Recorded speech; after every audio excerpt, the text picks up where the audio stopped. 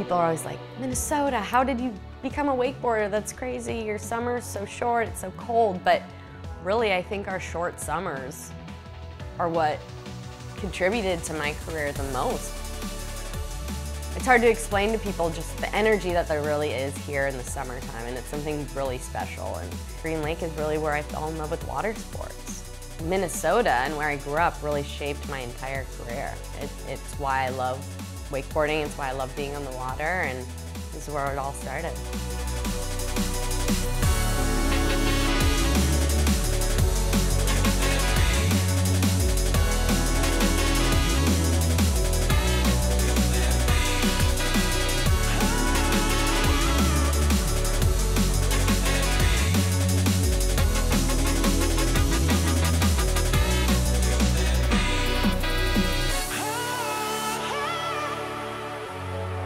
When Alexa was growing up, you knew right away that she was not going to be a sit-around kid.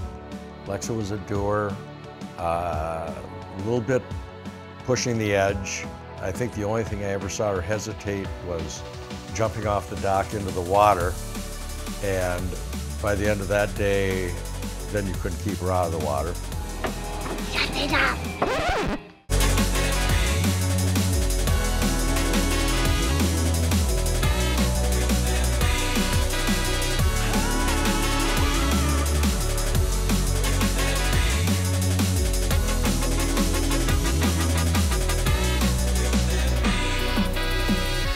I am 9 years older than she is. When she was born, I had a new best friend from the time that she, was relatable, really. We've just had a really special, tight bond from day one. And that's something that's never left us. And I think a lot of people that know us and, have seen us grow up and know us really in any way, they see that. And it is really special.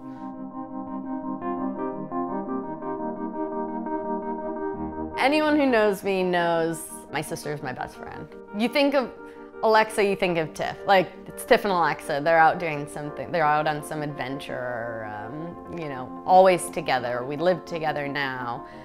Since I was little, I was begging her to let me go with, every day on her adventures with her friends. And for some crazy reason, most of the time, she let me. Go down, go down, go down. It's a circus. There was a ski team in New London Spicer when she was growing up, and we used to go to the ski team performances on Friday and Saturday nights. And one night she said, I want to be at the top of the pyramid. That was her goal. And the next year she was at the top of the pyramid. And so that's really how it got started, was living on the lake and all of the recreation and the skiing and wakeboarding. And she really started out in E-Team.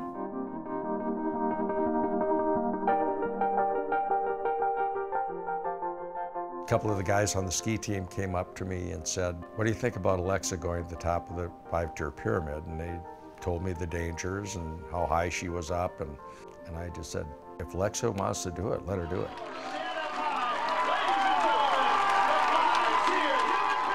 Well, we had just broken a world record at Nationals. It was the first time anyone had ever done a pyramid that big in the world. And we brought it to shore. It's just so, there were so many people in the crowd that year. And it was one of my most memorable moments, being on top of the pyramid and coming through and just the roar and the amount of people there. And I've been in front of some big crowds, but the energy that you could feel even out on the water. I think ESPN filmed that year. Yeah, they did. That was so cool. ESPN filmed it and zoomed in, and I was like... You had your tongue stuck out, and you're like pumping your fist. Yeah. Meanwhile, on top of the pyramid. Raising the roof. I got banned from raising the roof. We had a ski team meeting, and they're like, there will be no more raising the roof on top of pyramids. And everyone just looks at me. I'm 9. I'm like, I get excited. Sorry. So I just smiled and waved after that.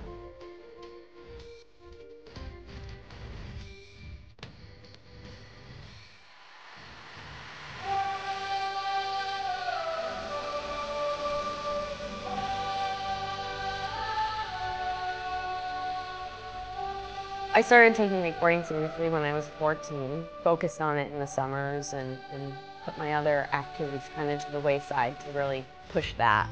And moved to Orlando when I was 17, really didn't know anyone, really hadn't trained properly, and really learned kind of what I needed to do to make it. And in 2010, I competed for the first time and won the amateur division at Nationals, at Wakeboard Nationals. And that's kind of really the turning point when I was, whoa, this could really happen, you know? I really do have what it takes.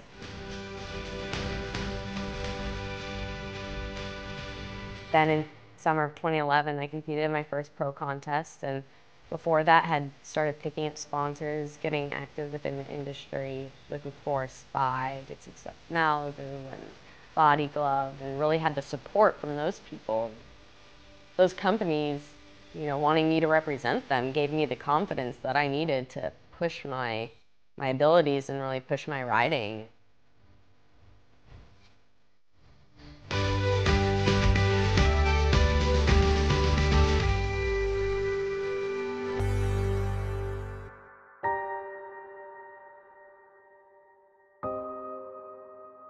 I had been out of town for a couple days, and the doctor he called me up and just said, you need to get back, there's something terribly wrong. So when I was 16, I started experiencing severe bone pain in the fall of 2006. And everyone just kind of thought, you know, she's a gymnast, she's going through a lot of high impact. It's probably just bumps and bruises and aches and pains like everyone had. And the pain was severe enough where I had this feeling that there was something more serious going on. I had a little accident and needed to get stitches in my forehead, and when I was getting my stitches removed, used that opportunity to ask the doctor, I have this pain, what's going on? And eventually he took a blood sample, and the blood sample came back with some very startling result, and from there I saw a specialist and found out that I had leukemia.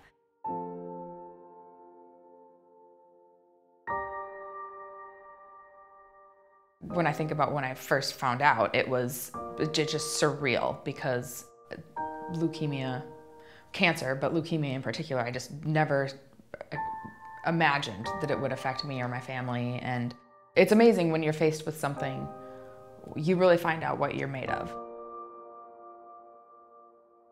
The first thing out of Lex's mouth is, okay, what do we do? What are our options? What approach do we take? All the retrospect of how did this happen? Why did this happen? Inconsequential at that point. So her ability to say, okay, let's take this on, greatly strengthened my ability to take it on.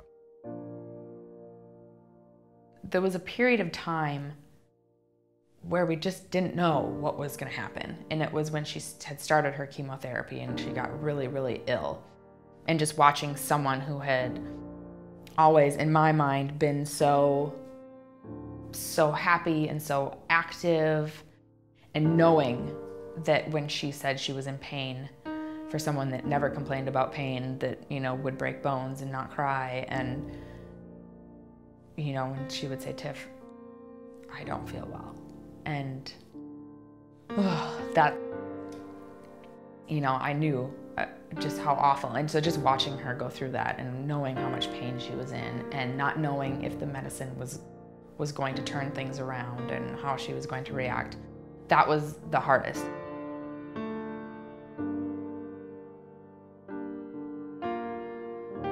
A new drug had just been developed, and at that time it was experimental. It was cutting edge, and luckily I was one of the first people to be able to take it. It was able to bring the cancer levels down to a stable level, and I'm actually currently still on that medication today and will be on it for the rest of my life.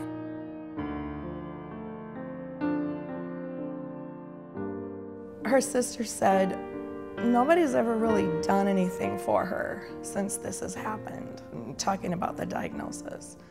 And her sister said, I'm going to make sure that she gets to go to Florida and wakeboard because that's what she wants to do, and I'm going to take her there.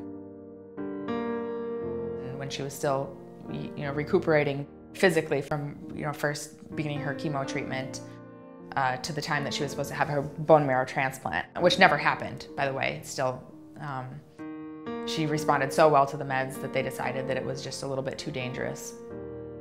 A risk you just don't want to take if you don't have to, especially with all the progressions that they're making in treatments and medications.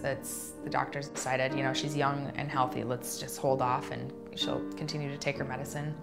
And the transplant is always an option, but decided to hold off for then. But at that point we didn't know. So yeah, we came to Orlando to get on the waters as soon and as much as possible.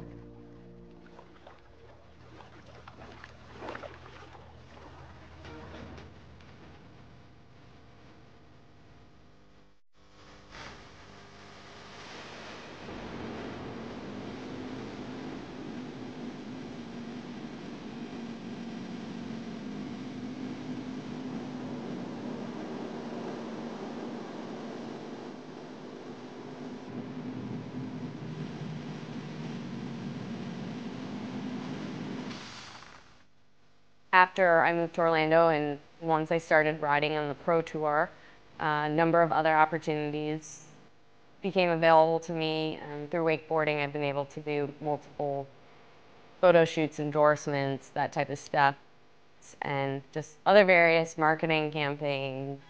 My sister and I did the stunts for the opening scene of Two-Headed Shark Attack. And then also was a part of Wake Brothers on MTV, which was a very interesting, neat experience.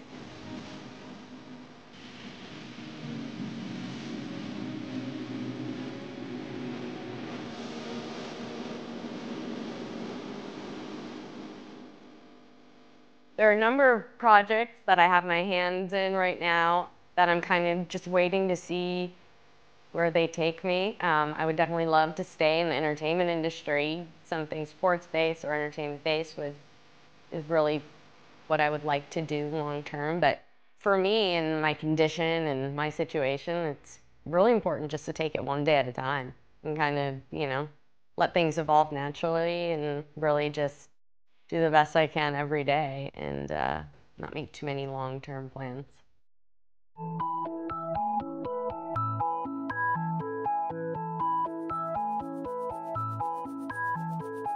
We have always had this thing with Hawaiian shirts. I don't know what it is, but we love putting on our Hawaiian shirt, and there's something that makes us feel good about putting it on when we're in a good mood, when we're doing fun things. It's go put your Hawaiian shirt on.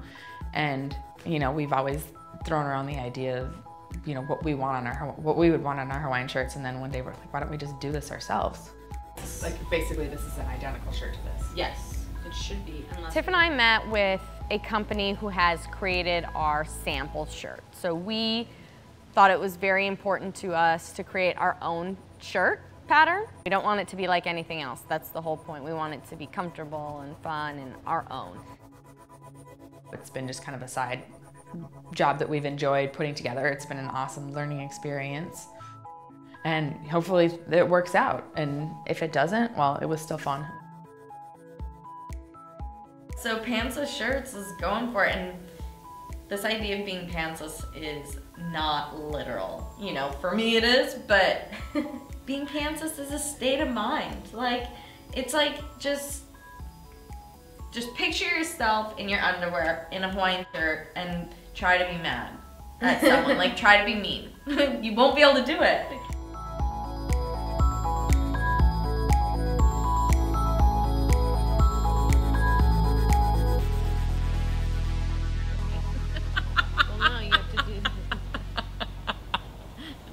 Wait, 1, 2, 3, 4 fingers. I have 4 fingers.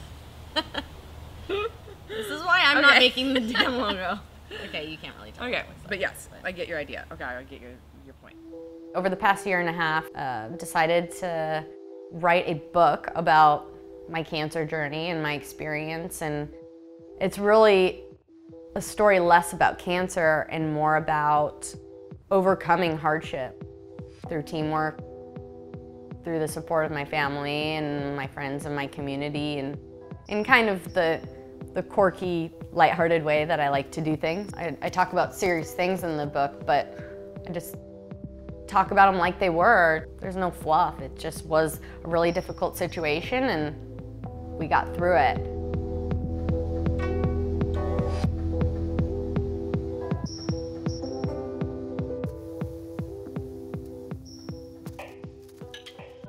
That decision when you're weighing, well, do I still pursue my creative passions, or do I need to get a job that's just stable and I feel safe in? And that's, I think, a struggle that a lot of people my age go through.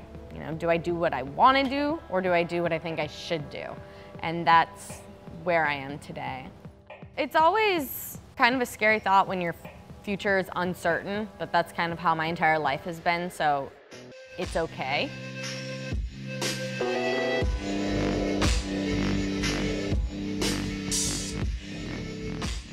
For me, going from being in a serious relationship like I was in, you know, off and on for 4 years, to being single is a big life change, and especially when you're young.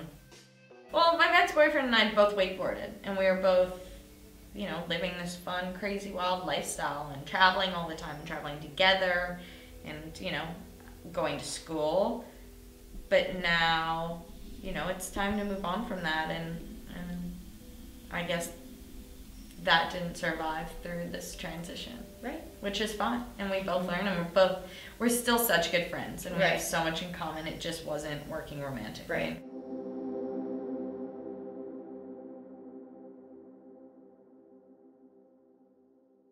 I don't mind being in the spotlight, but the attention has also enabled me to support various causes, raise awareness for a number of organizations that I'm involved with, the Leukemia and Lymphoma Society, Be the Match, Live Strong. Those are all organizations that I've worked with and raised money for and raised awareness for. So the attention from wakeboarding has really allowed me to support those causes that are really important to me. And I just want to thank you guys so much. Hope we can raise some money for Live Strong. Every dollar counts, and every single one of you means a ton to me. Thank you so much.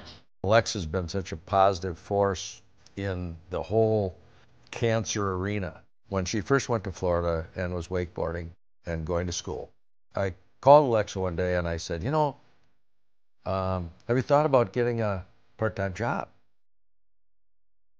And Alexa, in her cheerful voice, goes, yeah, I do have a part-time. I got a part-time job. And I go, great. So what does it pay? And she goes, nothing. And I thought, nothing. So what are you doing? And Alexa says, this may be hard. Alexa says, I'm working part-time at the Ronald McDonald House so I can inspire young children who have leukemia. I was looking for money, and I got the most valuable answer that I could ever get. I knew how that was worth more to me than if someone had said, here's $100,000 towards school. Because then I, once again, was confirmed the kind of person that Lex was.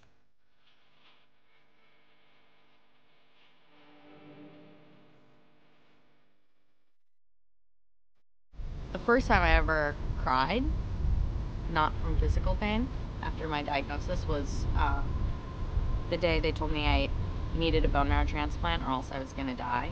And the doctor said, you won't be able to have kids. And I was 16, and that was something I hadn't even thought about at 16. But was something I was not ready to hear. And there's something, I think, just natural about being a female, and hearing that is very devastating. After that, I didn't end up having to have a bone marrow transplant, so even being on this medication, on this oral chemotherapy, it is possible. There are a lot of steps you have to take to make it happen. That's another reason I try to to take care of my body as best I can, because if that is something I want to do, I mean, everything's got to be perfect.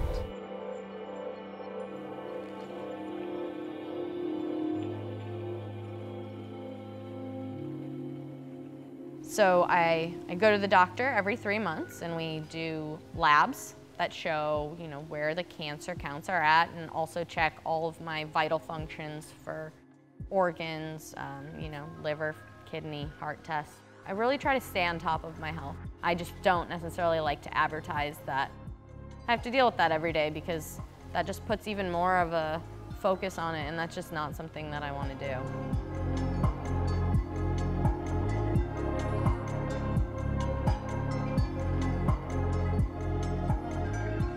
A couple years ago, there was a time when we became very concerned. My cancer counts had crept up at one appointment. 3 months later, they had doubled, and 3 months later, they had shot up. And that was a huge concern for my doctors and I. At that point, my doctor, you know, told me, yeah, we think that the cancer has mutated and you're now going to be immune to this drug. The drug no longer works.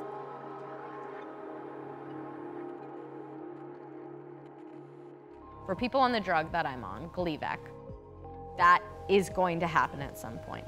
And for most people, it happens between 5 and 10 years on the medication, if not sooner. This year's gonna be my 10-year cancerversary. It's gonna be 10 years on this drug. So we're, you know, at the point where that's a serious, serious risk. We had to go ahead and do a bone marrow biopsy, which is a test where they put a large needle into one of your larger bones and extract some marrow as well as a hard piece of bone, and they can look a little bit deeper into that cancer cell and see if it actually has indeed mutated.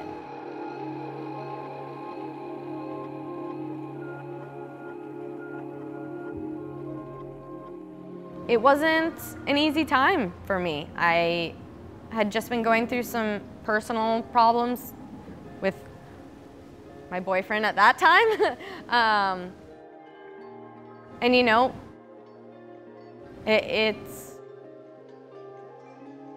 was the first time since I had kind of recovered the first time where the cancer was real again.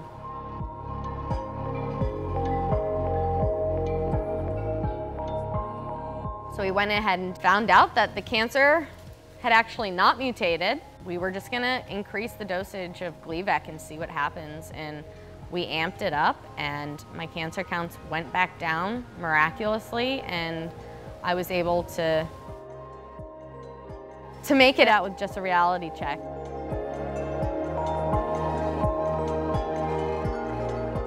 I think one of the hardest things is that every single day I deal with the side effects of this drug. So there's never really a day off. You know, there's pain and there's just other various things that I have to deal with, but it's also a constant reminder just to kind of enjoy little things. Just enjoying a beautiful day, beautiful, quiet day in Minnesota is special. So having this condition has really just taught me to enjoy moments and relationships with people and family and friends. Oh, he scratched! Boo! Oh, you win. You win. She got that. That was close. I know it's tough getting beat by your daughter. I But... got it. I got it. Well, right. It was close. It was close. No cigar.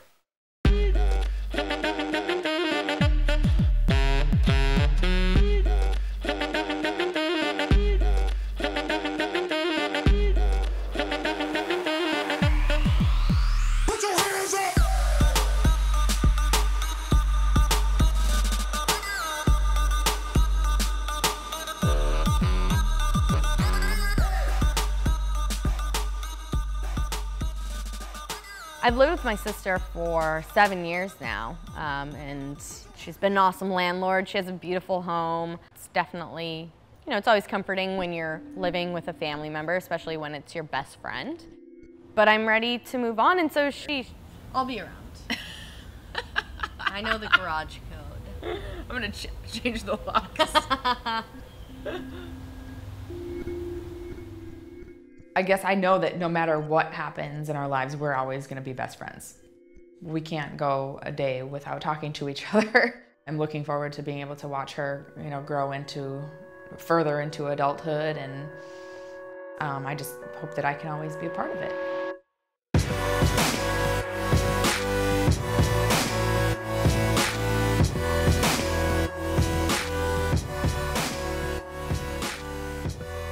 Sometimes you need to get pushed out of your comfort zone to really grow. Change is just good, it's healthy. It's not necessarily the most comfortable thing all the time, but I'm kind of ready to do my own thing too, and I think it'll strengthen our relationship. Yeah, I'm looking forward to new adventures.